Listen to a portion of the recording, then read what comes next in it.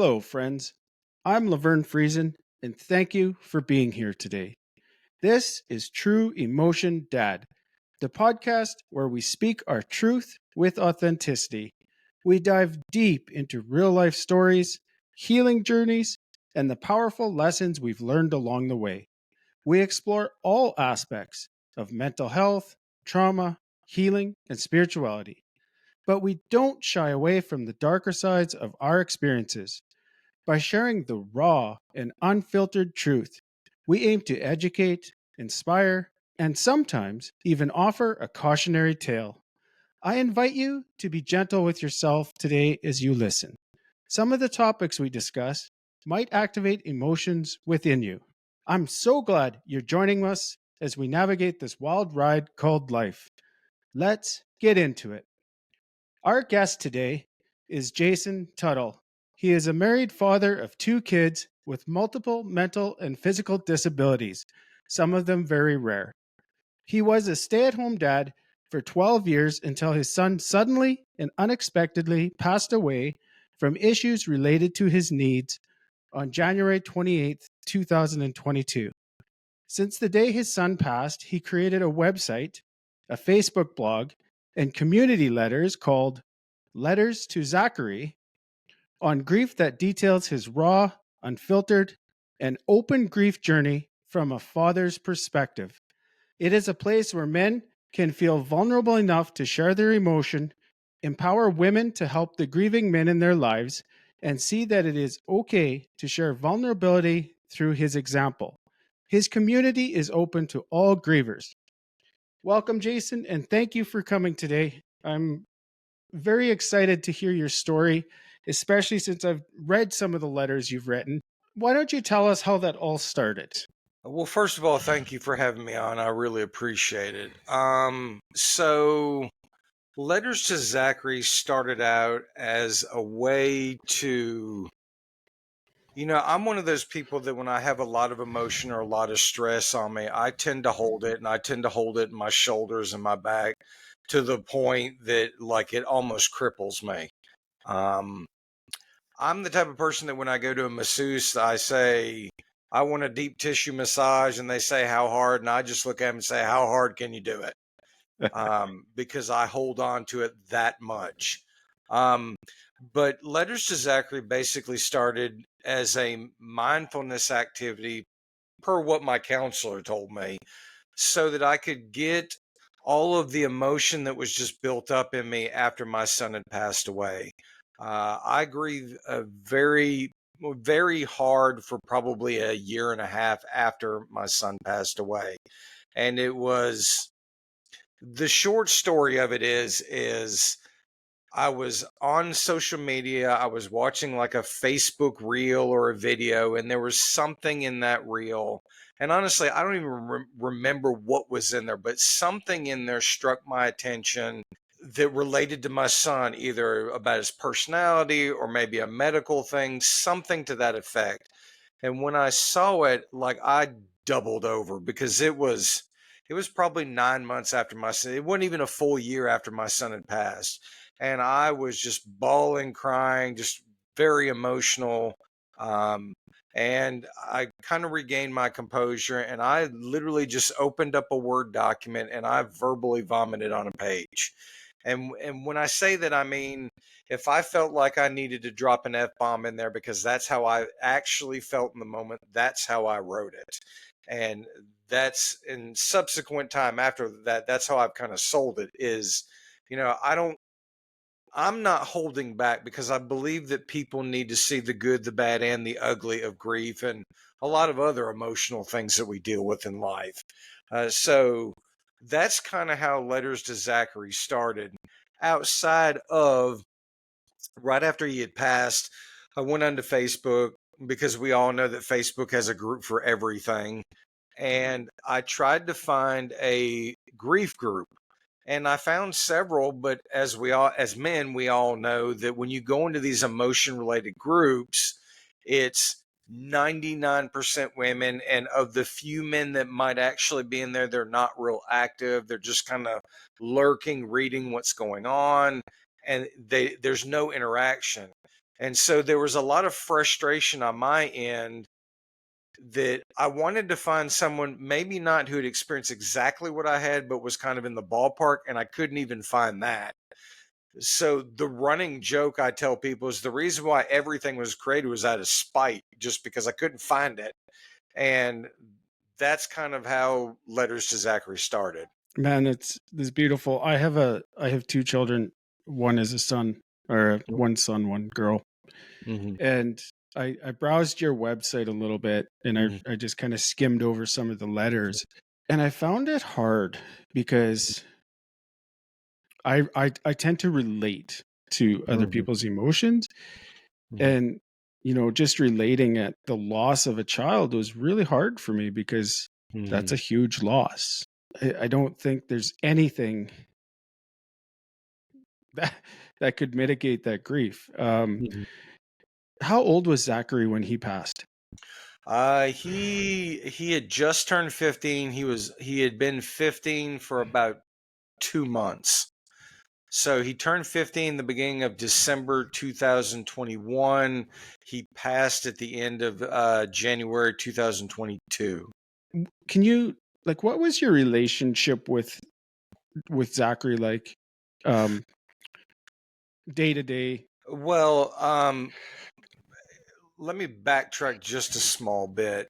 Sure. When my wife and I decided that we were going to have kids, we got married a little bit later. And when I say a little bit later, it was more the in our late 20s versus like our mid 20s. My wife is 3 years older than me, so that when we got married, from the female side, when you hit your 30s, it's kind of like if we're going to have kids, we need to do it now versus wait, because we all know kind of the medical complications that come up. Right. And so my wife said, well, this is kind of how many kids I'd like to have. If we're going to do this, we need to, go ahead and try, because I want to have this many kids by this age. And I said, okay. I mean, I was on board because, I'd always wanted a family. So that wasn't an issue for me. But up until the week 20 appointment, which is the appointment you find out the sex of the child, for those that don't know, we had no reason to believe there were going to be any medical issues. None. All of the checks and visits up until that point were completely normal. And it was the week 20 appointment where the proverbial snowball started going down the hill. It was at that point that the ultrasound tech found an issue. And from that point, we had to see the doctor. And then from that point, we had to start seeing a perinatologist, which is high risk OBGYN, is the easiest way to explain it. And we saw them until week 38, where my wife gave birth. And we didn't know about my son's rare. We knew about some other issues that were a possibility, some that did actually turn out to be true, but we didn't know about my son's rare condition till the day he was born. We had no idea. We were blindsided by it. And so when all that happened, my degree's in education. So I was still working. I probably worked for another 2 years, maybe 2.5 years at that point. And then finally, that last year of me teaching, or that I was in teaching, about the middle part of the year, I'd been in and out so much of my job that, like, I'd burned through all my sick time, all my paid time off. I was essentially working for free. Hmm. So finally, in January of that school year, I finally called my wife from my office and I said, hey, we talked about one of us staying at home, and it was always talked about that I would, because I taught on the elementary level anyways. And I said, what are your thoughts on it? And she said, well, if we're waiting to be ready, we'll never be ready. It's kind of one of these things we got to just kind of pull the Band-Aid off.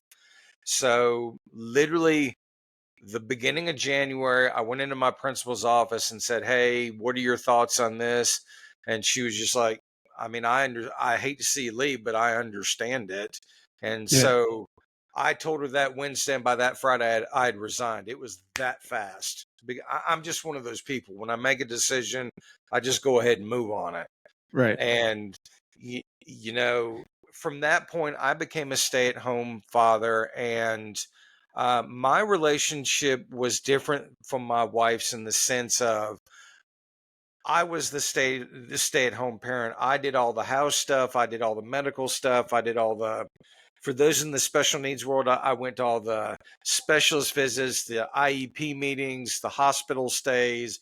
I did all of it. So I was the 24/7, 365-day care for both of my kids.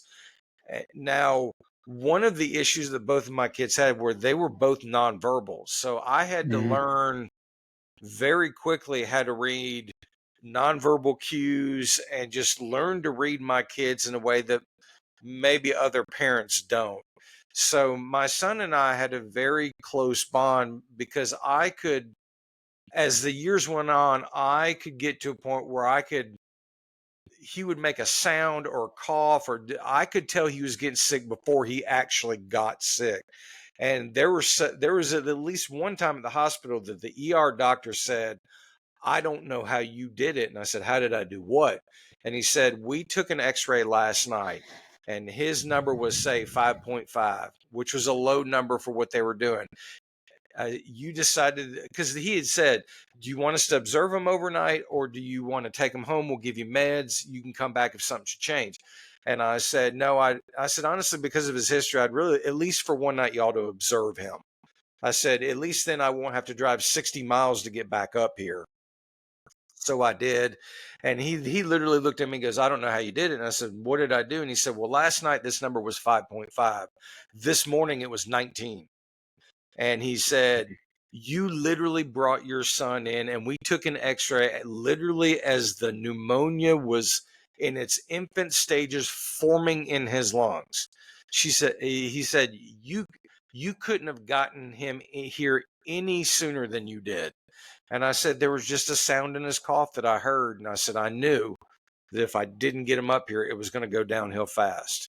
So we had a really close one-on-one kind of strong bond.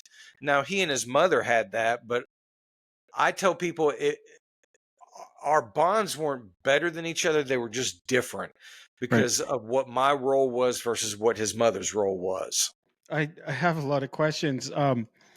I think that's so special though that maybe most parents don't get a bond quite like that because Hmm.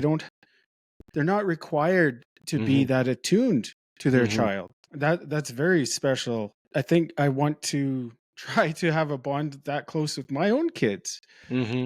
With the grief part, Uh-huh. there has to be so much grief that you as an adult are trying to process. At the same time, you have to somehow help your his other sibling Hmm. who is nonverbal. Hmm. How do you do that? That must have been so challenging because they're grieving too. Well, in the sense of my daughter, I won't get into all of her issues, but she was nonverbal and she has developmental delays. So right now she's 16 years old. She probably functions about 7 or 8 years old. And honestly, she'll probably forever stay about 7 or 8 years old. And I mean that it is what it is. You work with what you got. What, to give you an example, my daughter always knew that when we took our son up to the hospital, she knew I left with him. She knew I got admitted with him. She knew I stayed with him, and she knew I when I came home, he came home. So the day he actually passed, she was actually in school. So we had, you know, things happened very rapidly that morning. Literally from the time I got up till the time he was pronounced was 2.5 hours. It was that fast. And we can get into it if you want to. I was in the ER room that entire time. I watched everything from start to finish, from the moment he got in there till he was pronounced. But so everything had happened. My in laws brought my wife up. We had our moments, and, we found out what the next steps were for like funeral homes. And we came home, and I'm in my son's room. You can see the Z on the wall behind me. This is his room. We came home, and I wasn't really emotional in that moment because I had to compartmentalize so that I could get information out to everybody else. But I came in this room, I put his wheelchair up, which has not moved since the day I put it there. And I saw the Z on his wall, and I literally collapsed in this room. Like it hit me like a Mack truck. But my daughter had come home and she looked at me and she had this puzzled look of, "Well, you're home, but Zachary's not home. Like, what's going on?" And I went over to her and trying to think, how can I simplify grief and death as much as I can in this moment? And I just looked at her because she called her brother Bubba because that was the name that came out. And she actually said Bubba, and I looked at her and said, "Girl," I said, "Daddy did everything he could. Daddy rushed Zachary up to the hospital as fast as he could get there." And I said, Daddy couldn't save him. I said, "Daddy has saved him on numerous other occasions." I said, "But it was too far along." And I said, "Daddy just could not save him."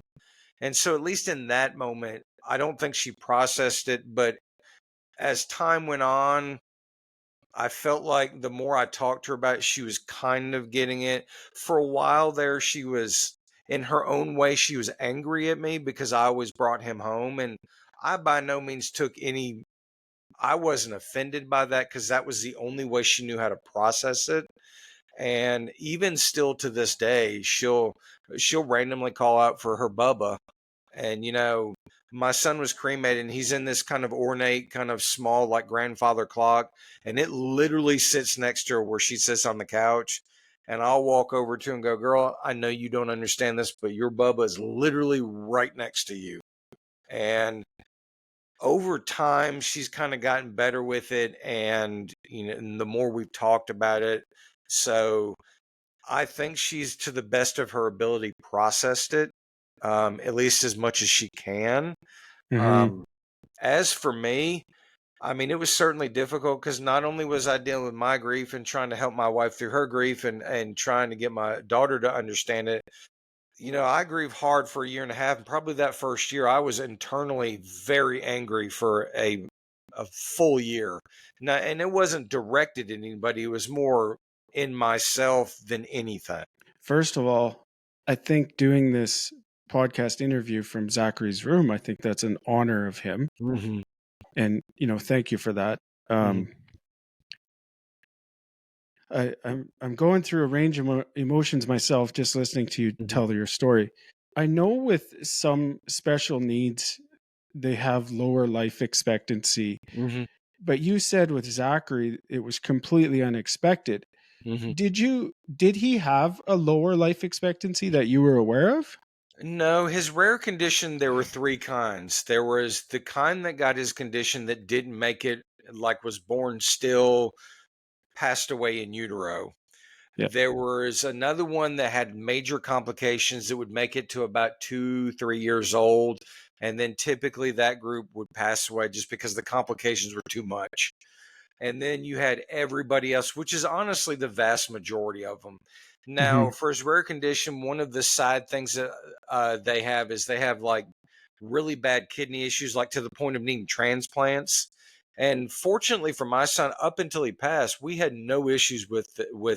He was only born with one kidney because of his condition, but even with that, the scan he had had the year before he had passed was perfectly fine. I mean, there Yeah. was no issues. The urologist didn't have any concerns about it. And at that point, he was just like, "Well, I'll see you in a year and we'll scan it again unless Yeah. something should come up." And as far as we knew, I mean, outside of his other issues, and even though he had multiple issues, none of them were interrelated. They were all separate unto themselves. And he had 5 different issues. Mm. So he had a rare condition and 4 other issues that were not connected in any way. As much as you're willing to share, I'm mostly interested in the emotions that you felt or you experienced that day. But can you describe the emotions from when you realized Zachary had to go to the emergency department to getting there to realizing it might be a lot more serious than you thought and then to trying to process? Certainly. Well, typically when he would have an issue where I felt like I needed to take him to the emergency department, I compartmentalized and I went into what my medical protocol was because he was very susceptible to respiratory related illnesses. And when I would hear that cough in my brain, I would go, "Okay, I hear this cough. I need," and like they're not in here now, but I used to have all of the home versions of literally every respiratory related machinery you can think of. I was trained on all of them. Mm-hmm. And so I would go, "Okay, he's doing this. So the first thing I need to do is I need to put the Hill-Rom vest machine, which beats on his chest and it loosens it up. And then I need to do the encephalator, which blows air into his lungs and immediately sucks it out to pull it up. And then I need to use the suction machine with the flexible catheters to suction it out. And then I need to use oh Lord, a nebulizer to give him a breathing treatment. So that was kind of the thought process. But on the morning that everything happened, I'd gotten him up. When I would get him up, he was always excited, clapping his hands, bouncing, and he wasn't really doing that. And I came over to the left side of his bed, and he had a dark green streak of fluid coming out of his mouth. And I looked at my wife and I went, the only thing dark green in your body that would come out is bile. And why is it coming out of his mouth? I said, this is not good. So I got him up, took him into the living room, and I went through my medical protocol. One of the issues with his condition is from time to time I'd have to give him a catheter to drain his bladder. So I cathed him. I didn't get a whole lot out. I went over everything else. And the only thing that struck me was because of his rare condition, he had a very spongy, pliable stomach. And when I went to feel it that morning, when I say it was hard, it was like cinder block wall rock hard. And that caught my attention. I looked at my wife. I said, this is not right. Something's very wrong.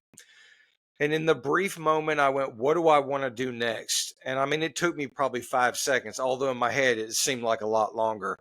I looked at my wife. I said, I'm going to get him dressed. I'm going to take him up to the hospital. Something's not right. So I get him in the van. I take him up to the hospital.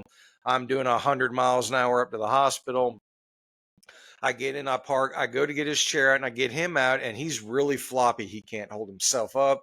And this catches my attention. And I'm just like, something's really not right. So I get him in his wheelchair. I get up to the ER. In a lot of ERs, you've got the queue you've got to go through. Well, I skipped that like to go to the nurse. The security guard comes over to me as if to yell at me to say, hey, you need to get in line. And I go, he's not breathing. I need help immediately. And he snaps his fingers. The nurse comes over to me. Now, understand, I'd been in this hospital 100 times before.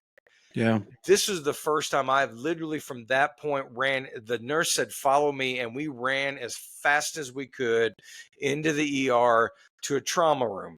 So we get in that trauma room. I get him off of his chair. I put him on the table and I back away and hope that they'll let me stay in there because one, he's nonverbal, and two, the state in which he was in, he wasn't going to tell him anything anyways. Yeah. So they have another trauma room where there's double doors that open up and I back off in there hoping that they'll let me stay there. And they do. All these people come in, they cut off his clothes. They immediately, like down to his knee. The one thing that struck me, which I didn't react to, was they come in there and they literally drill a port directly into his knee, directly into his bone, no anesthetic, nothing. And it literally like a drill, right in, and he doesn't flinch. Now later I go, what did you drill into him? And he said, well, when someone comes in this state and we don't know what's going on, it's an immediate line to get antibiotics and all that into him. And I said, okay, I understand that. Well, they did that to my son and he didn't even flinch. And my thought process was if any normal person would have come out of their skin because that would have been intensely painful. So they do that. They cut off his clothes. They intubate him. They put the tube down to get air into his lungs. And they're sitting there working on him. And they almost immediately start chest compressions. And I see this. And in my head, I'm thinking, this is getting serious. But I'm not reacting to it. I'm a very visual person, so I'm trying to soak it in to kind of grasp what's going on. The head ER doc comes over to me and goes, down to the minute, how long has he been this way? And I tell her, plus or minus 2 minutes, he's been this way for X number of minutes. She goes back over there, kind of barks orders and comes back to me and goes, all right, explain to me this scenario as to why you felt like you need to bring him up here. I did. I told her that. She went over, kind of barked orders at him, and then she kind of helped him do whatever they were doing. They were doing chest compressions for probably 10 minutes at this point, and then I see him get the paddles out. And nowadays, they're kind of sticky pads they put on you in the same places. And I hear him yell clear, and just like a medical drama, they hit it, and he raises off the table. Now, my instinct is I look at the monitor with like the heart rate and the breathing and the pulse ox and all that on there because that's what I'm used to looking at. They shock him and it literally beeps once and goes right back to what it's doing. And in my head, I'm thinking, he's not coming back. Now, I don't react to it. I just think he's not coming back. They keep doing what they're doing. And throughout this entire time, they probably shock him probably 5 more times. And, nothing's working and all that. And the head ER doc comes over to me and she goes, well, we could shock him again. But unfortunately, I think the result's going to be the same. And I said, well, I know a lot about his medical conditions. I said, but this is out of my wheelhouse. Do what you think is professionally necessary. And I think she does it again. And she comes over to me and she goes, I'm sorry, but, your son has passed at, 10:34 a.m. on January 28th. And I understandably walk into the other trauma room and I literally have a moment for like 30 seconds. It's literally that fast.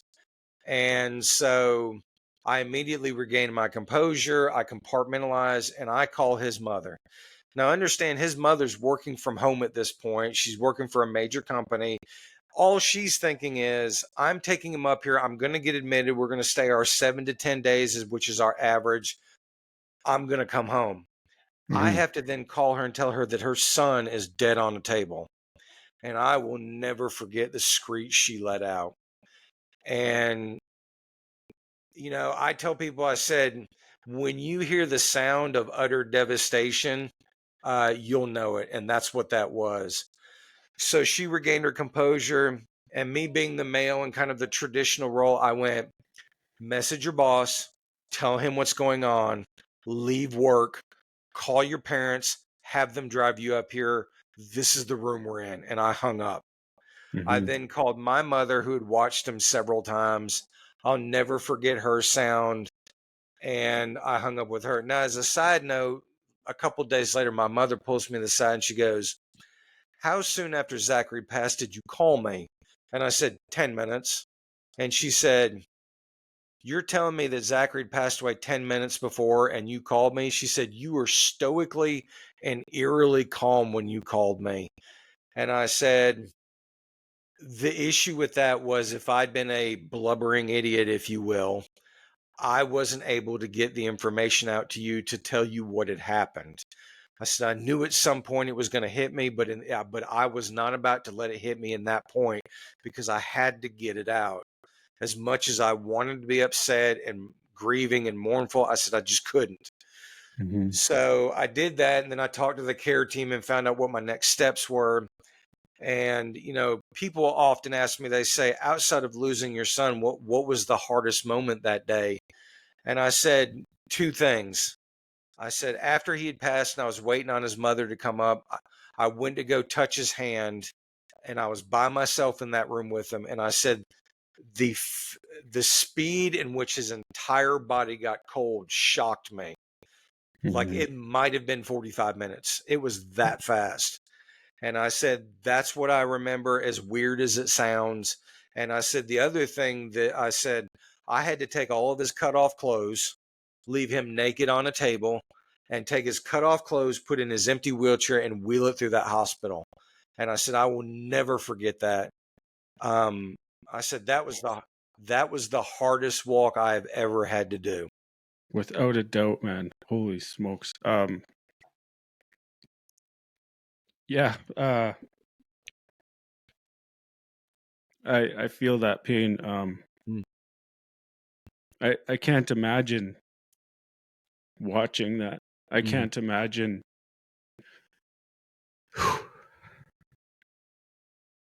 I can't imagine feeling my child's cold hand. And I can't imagine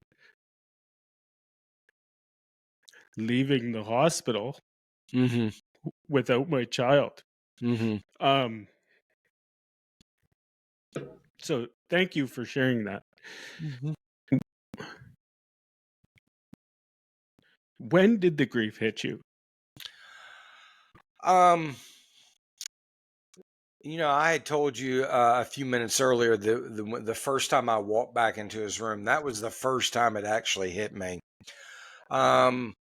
you know, before my no, we had gotten home. See, we'd gotten home about 11 o'clock that morning, and we brought his stuff in here. Like I had probably 15 minutes in here where I was just I was crippled. I regained composure, and then my whole family went over to my parents' house, and we had driven over there because I needed to tell them. They wanted to know. I mean, they weren't being mean, asking me, as tough as it was to talk about, because I mean they all knew Zachary and they all loved Zachary. Now I walked into my parents' house. Now, me and my two elder brothers, we're friendly and cordial to each other. Do we hang out every weekend? No. But, we still love each other, that kind of thing. And I don't know what it was about it, but I walked into that house and I saw my eldest brother, and I immediately turned into my parents' room, and he walked in there and I buckled. I have never expressed that kind of emotion in front of him ever. And I don't know what it was about it, but I buckled. I regained composure. Everybody was sitting in the living room. And so I went and sat down, and I took a second to kind of regain the ability to speak at that point. And so I went to go tell him. And I mean, it was probably the longest talk I'd ever, because, I would say a few things and I'd get that kind of shaky voice like we all get when we're in that kind of emotion. And it took me what felt like forever to get through it. So I did that. I got through all that. And it was that afternoon we left there. We had to get home to get my daughter. At that point, I kind of explained to her what was going on as best I could. And we went to the funeral home because Mm-hmm. we knew they weren't going to do an autopsy on him. They weren't going to do it. So they were just waiting on the funeral home for my son. And to be honest with you, I wanted to get him home as quickly as I could. Yeah. Uh, so we went to the funeral home, and like they say, you experienced your worst day ever, and they give you something, and you've got 1,000 decisions to make. Now, fortunately or unfortunately for us, someone in my wife's family had passed away like several months before, and the place they went they had used, so they kind of knew what kind of the outline was of what to do and how to do it, and we brought them along because we want at least someone knowledgeable versus a funeral home kind of seeing dollar signs, so to speak. Yeah. Now I will give the funeral home credit. They never pressured us. They never tried that. You hear horror stories about some of these places, but they were phenomenal. We got in there. I just said, look, how does this go? What's the process? And he was great. He was just like, well, you can do it one of two ways. He said, we've got packages that you can do. And he said, you can add or take away from each one of those packages however you want, or you can do it kind of a la carte. And, as a business, I would have thought he wouldn't have said this, but he said, now understand, it is a funeral home and every little thing you change or do will cost something. He said, it's Yeah. just the nature of this industry. And I said, okay. I said, well, and, in that moment, I said, well, we're going to take this home.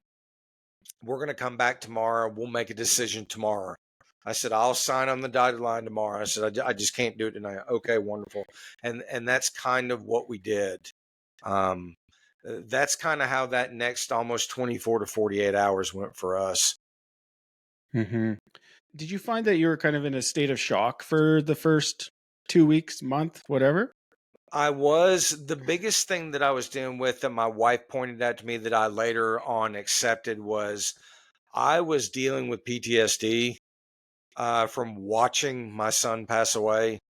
Mm-hmm. In the beginning, I didn't want to believe it, but after I finally kind of got through the harder part of it and I could look back at it, just overlooking my reactions and how I was doing and all that, and kind of reading up on its definition, I was just like, well, maybe I was dealing with it. And even to this day, it's not as prevalent as it was before, but every once in a while it'll kind of sneak its head back in.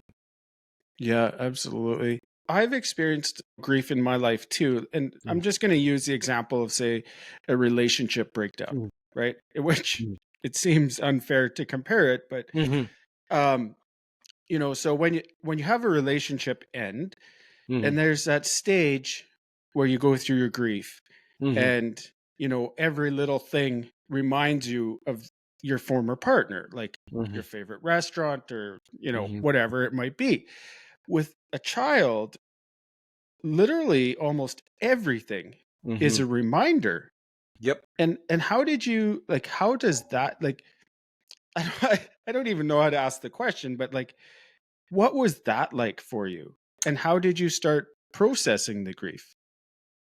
It was, what people told me in the beginning, which I didn't really understand, was a lot of people would say that, the visualization that everybody gives is grief is kind of like the ocean; it hits you in waves.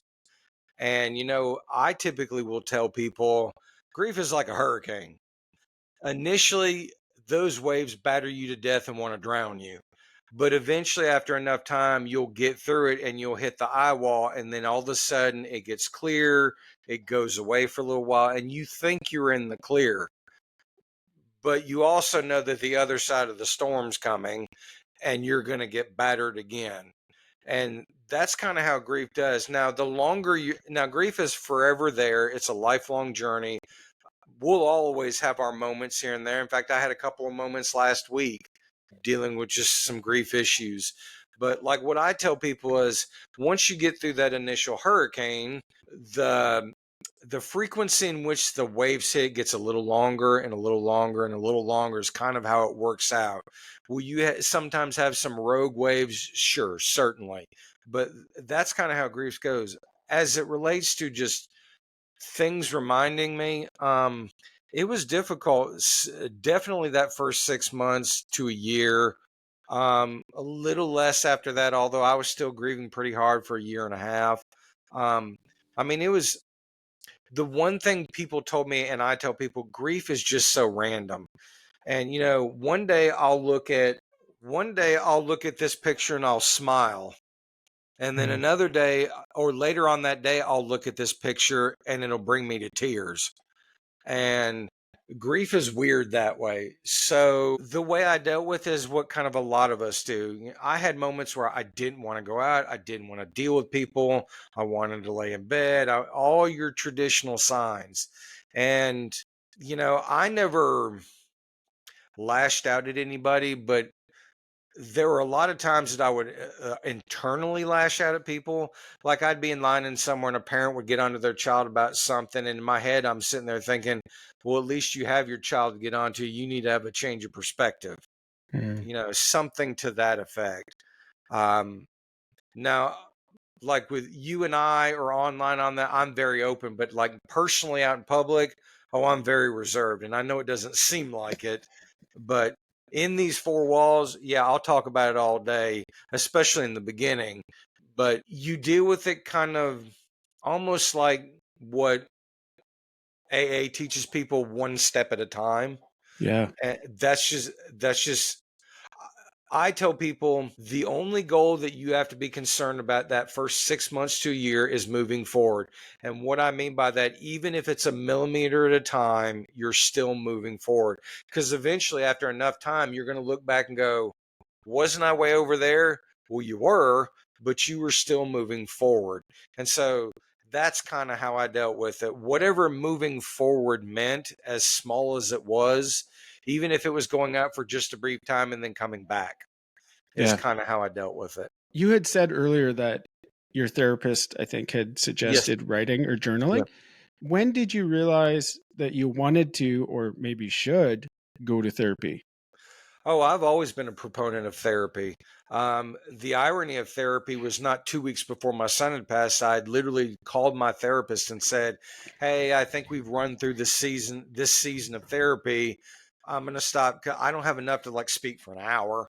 I said, "So I'm going to free up a space for you. Should I need it again, I'll call you. Get on your waiting list, that kind of thing, and try to see you again." Great, wonderful. Well, literally the day after everything happened, I called her up and left a message. I said, "Hey, I really need an emergency session. I don't want to talk about it over the phone. Can you please fit me in?" And luckily, she was able to. I think sometime that week, and from that point, I saw her once a week for probably a year. Yeah. From that point, so I'd literally only had like a 2 week break, and then I went another full year. I would assume that you were more prepared for something like this than your average man if you had been seeing a therapist before. Did, Um, did you have a wellness routine? well, the original reason why I went was in talking about grief. I didn't realize till later on down the road that when my kids were born and I was grieving the life I thought we were going to have versus the life we got. And I didn't realize it. So for many years, I was very angry about it, an internal anger. And so finally, at some point, my wife pulled me to the side and had kind of a coming to Jesus meeting, if you will, and said, you need to see someone. I'm seeing your anger. You got to talk to someone about this because it's going to get out of hand. And I mean, again, as a side note, I never direct anybody. It wasn't anything physical. It was just I had a lot of anger inside of me. And so I initially went to her to kind of get through all that, to find ways of how to deal with it when I did start to get angry, to either find a way around it or find a way to deal with it and to kind of dissipate it is why I went to her. And even that first one after my son had passed, I said to her, I said, it took me a year to get through all this anger. And now my son has passed away. And I feel like I'm back at block one because all that anger and resentment that I had for so long, I said, I feel like it's just dumped right back on me. And so, yes, it was about my son passing, but it was kind of more about that. I'm glad you brought that up because you can love your child deeply and Mm-hmm. have a strong bond with them, and at the same time grieve the loss of what you didn't get. Mm-hmm. I have two children. I've been through that process of the pregnancy and the birth and stuff like that. And as soon as you find out that you're expecting a child, you Mm-hmm. start dreaming. You start Mm-hmm. dreaming about stuff. I found for myself though that the first 6 months I didn't really attach to my children is like really closely. And I think it was something to do with I was scared about SIDS. And Mm-hmm. I don't know. Talk about letters to Zachary. Writing your first letter, I imagine had to been quite emotional. I Mm-hmm. imagine writing most of those letters are Mm-hmm. quite emotional. You had said earlier your therapist suggested it, but Mm-hmm. talk about the actual process of starting and what kind of letters you were writing. I started, like I said early on in this, I started to get it off of my chest because I knew if I kept letting it weigh on me, it would just get heavier and heavier and heavier. Honestly, when I started doing it, I saved them as Word documents. I honestly did not know why I was saving because I didn't think I was ever going to go back and read them. So I just kept doing it. And one day I was in one of the grief groups. I'd gotten to know one of the female admin of one of these groups. And one day I just got the nerve and I just said, "Hey, do you mind if I post one of my journal entries about the loss of my son?" And almost before I could finish that in the DM, she goes, "Yes, please share it. We either get very few men or no man willing to express their emotion, especially as it relates to the loss of a child. We would all love to hear your perspective on it." So I went in there and I kind of copied and pasted it in the status box. And for a brief moment, I paused and I thought, do I really want to post this? Because as noble as this might be, it's still the internet. And if I get negative comments, because at that point I was only 9 months out. And my thought was, if I get negative comments, how am I going to react to it? Am I going to jump down someone's throat and want to get all over them?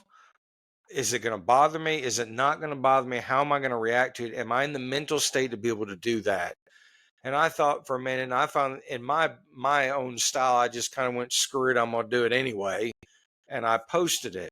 And I didn't get a whole lot, I didn't really hear anything. And then that evening, I got a massively positive response.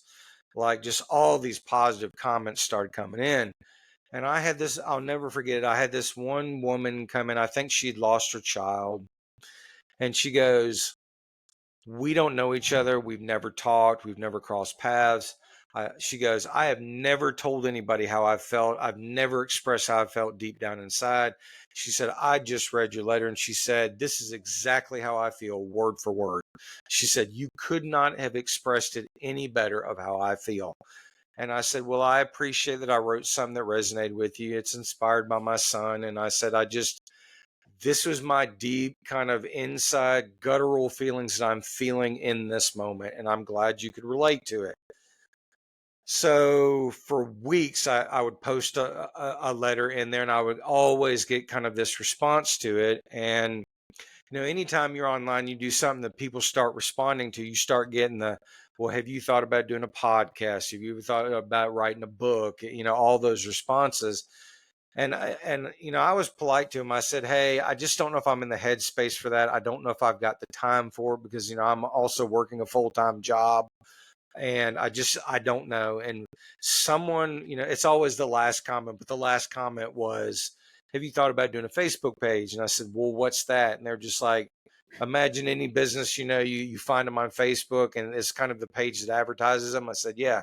He said, you could do that. He said, you don't have to create any new material. You just copy and paste what you've already got. And if people want to follow you, they can follow you and create a following there. And I said, well, I can do that. And so I started doing that and it kind of grew from there. And, when I realized I felt like I had something, I started reaching out to some of the big names in the grief community. And I just said, hey, my name is so and so. I think I've got something here and I want to grow it. Can you just give me pointers on things that worked well for you and things that I may want to avoid? And I had people as small as 100 followers to like one lady had like 1,000,006 followers that said, sure, if you're going to write a book, you're going to want to do A, B, and C. If you're going to do a podcast, you're going to want to do D, E, and F. And they were all phenomenal. And I started doing that and the page just started blowing up for me because even at this point, I've only been doing it 18 months, 19 months. In the grand scheme, I haven't been really doing it that long. And I mean, I say that I've got 4-digit followers, and I say that just because I still have a hard time believing that I've got that many people that are following what I'm writing. I love it. I'm great. I'm glad I can, make people think and I can speak to them. But if you'd have told me 18 months ago I would have 1,200 and something followers just on Facebook, I would have looked at it and said, you've lost your mind. There's no way. There's obviously a connection with people and a need for that vulnerability with your grief. How did writing those letters help you process the grief and help you heal? Some people would give a long, deep, explanation. I'm pretty simplistic about it. The fact that it was able to just get it off of me was the biggest help of all. Now, the fact that people were responding to it, and even though I was kind of flying by the seat of my pants, if you will, at least in the beginning, not quite know what direction I wanted to go in, and they were still following it, still commenting on it, and still sharing it, that certainly helped. At least I knew that my pain, whatever that was, and then whatever legacy my son was attached to it was getting spread out to more people than I could ever imagine. So it was kind of those three things that really helped. Yeah, for sure. Did you cry a lot when you wrote those letters? Oh, all the time. Uh, I Now when I write them, it depends on what I'm writing about, but at least in that first year and a half of doing it, yeah, I would have moments where I would have to stop. Even though what I wrote on the page is related to my son, the emotion came from there were a lot. My son and I loved music. Like I would play it every night from when he would go to bed. So there were a lot of songs associated. So as I was writing those letters, like I've got a Spotify playlist of all the music kind of that associates with them. And so it was listening to the lyrics of what I was listening to that was hitting me harder than what I was writing, although the writing was helping that process. I can't imagine. I think it's such a gift that you're doing this for yourself and for Zachary and for everyone that reads these letters and is helped in some way through that. What's next for you with letters to Zachary? The page in the 18 months has evolved. Initially, it was just for men. And which was great and it's still for men. I don't want men to think it's not, but since then I've opened it up to almost everybody, just because my thought process is if a man comes, great, he'll get the information kind of in the front door. But if the wife comes in and finds my page and likes something I've written and she recommends it, or copies something down that I've written, then it'll get in the back door. So whether I'm coming in the front door or the back door, I'm getting to them somehow. And so it's evolved into that. It has also evolved. Not only am I on Facebook, I'm on Instagram, I'm on TikTok. I never thought at my age I'd be doing TikTok videos, but here I am. And I like doing those because I can do really short form videos. With the way my brain works, I get random thoughts. And when I get a random grief thoughts, I can go on there, post the thought, have people comment on it, and then I can post videos replying to them. Yeah. That's more or less why I'm on TikTok, because I can do kind of short and to the point. I have a professional website, as you've seen on there. I just want to grow it. And, a lot of people seem to think, well, you're enjoying the benefit and the notoriety. Yeah, we all do. I mean, that's a part of it, but my thought process is the bigger it gets, the more people will see it, and possibly the more people that it will help. Because like the old adage goes, none of us gets out of this life alive, and you're going to have to deal with it. So yeah, I would love to do that. But my ultimate goal, the goal is to actually physically get on a stage. And that's what I want to do. Kind of like your TEDx kind of thing. And I've tried to get on TEDx, although I hadn't been able to get them to notice me yet, but I want to be on stage, having people staring back at me, feeding off their energy kind of thing. And I mean, any other bigger like media opportunities, I'd love to do anything in kind of the media world. I know that's a broad thing, but I'm willing to do just about anything when it comes to that, at least to get the message out. Absolutely. And I think it's important to remember that every person that follows your Facebook page, every person that even watches a short TikTok video, you can change or help them in some way. And Certainly.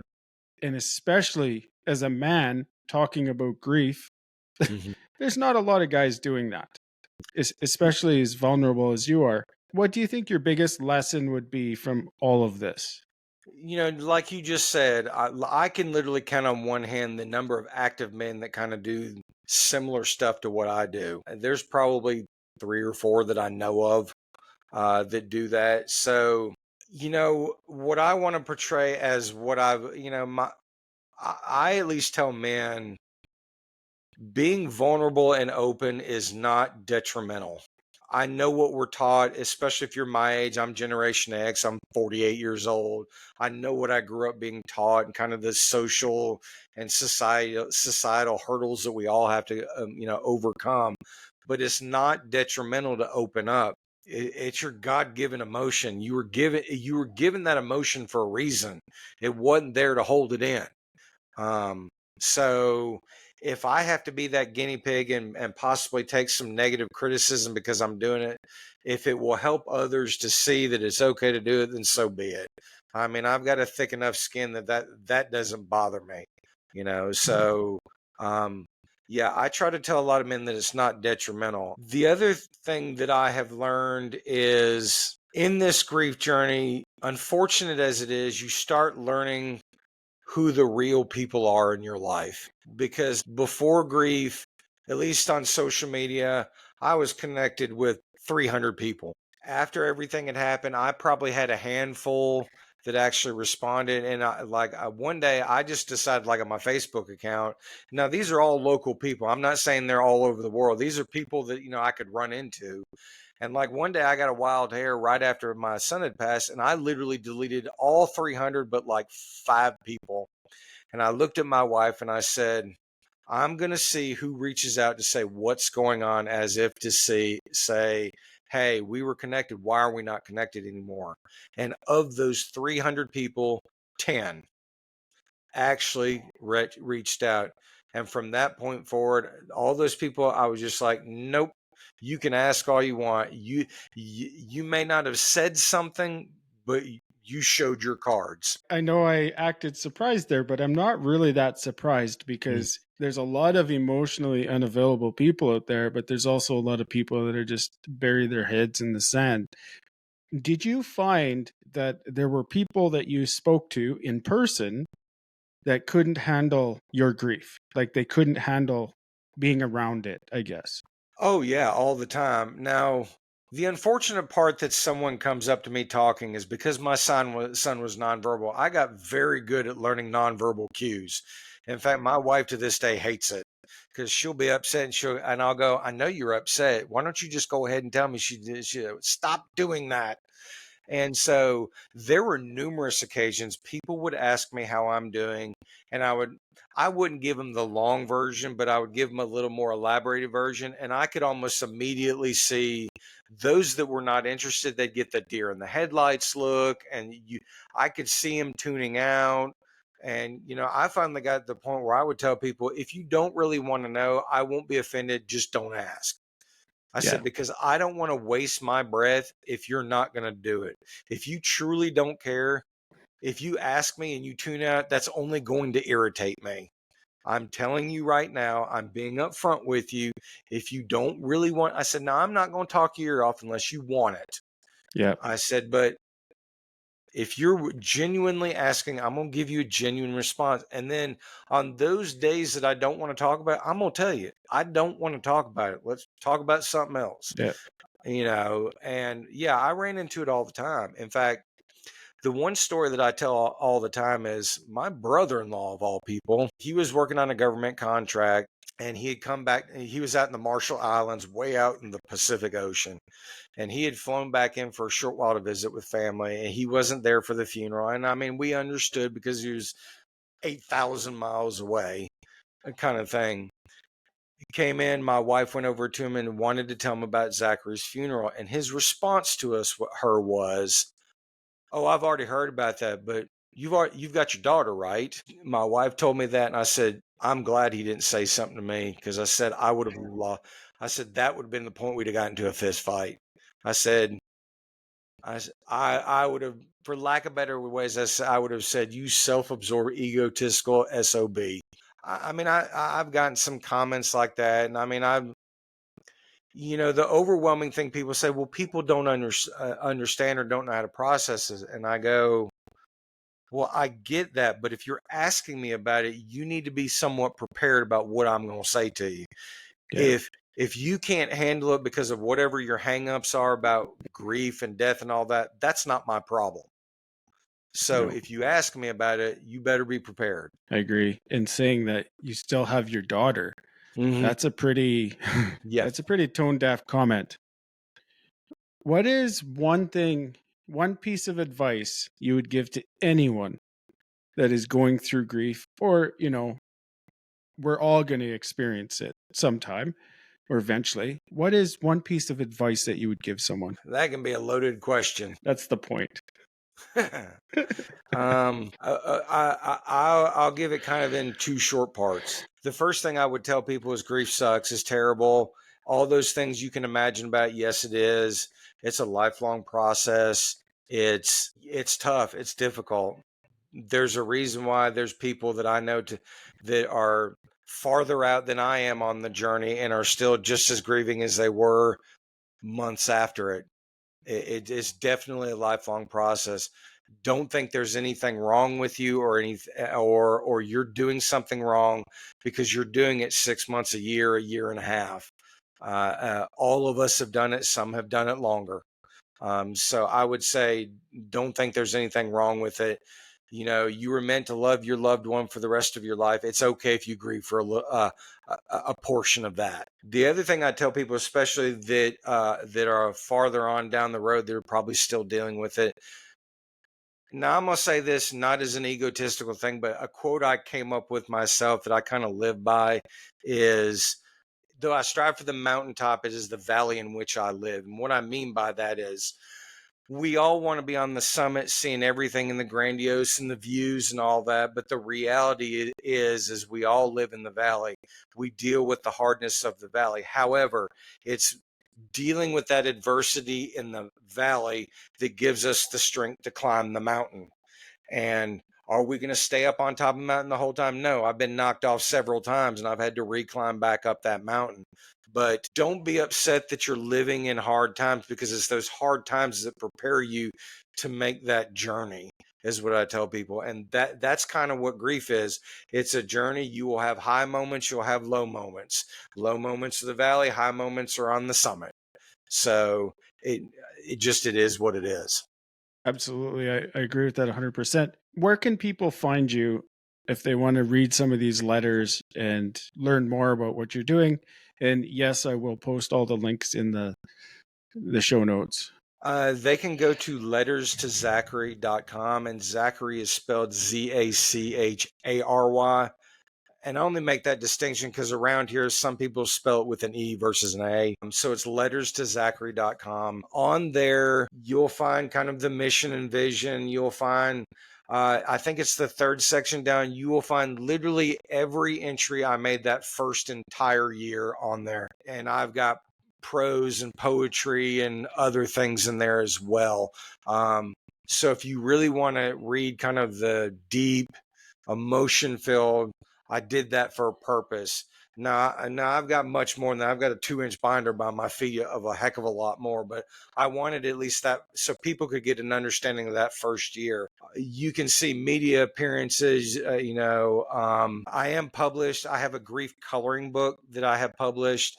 That's like the fourth section down. If that interests you, I've got a link that goes directly to Amazon. I've got media and books and things of fellow collaborators and things on there. So I've got a little bit of everything on there. And then if you want to connect with my social media, I've got all the links at the bottom of the page. I'm on Facebook, Instagram, TikTok. And if you really want to follow me, I've got LinkedIn on there. Awesome. Thank you very much. And like I said earlier, I'm going to put all those links in the show notes so it's easy to find you wherever that is. Thank you for sharing the story. This is exactly the story or the type of story that I wanted for the podcast. And I called it True Emotion Dad, because these are the stories that other men need to hear. So we know it's okay. Thank you again, Jason, for being here.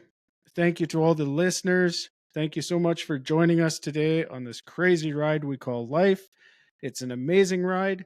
So sit down, buckle up, and hold on.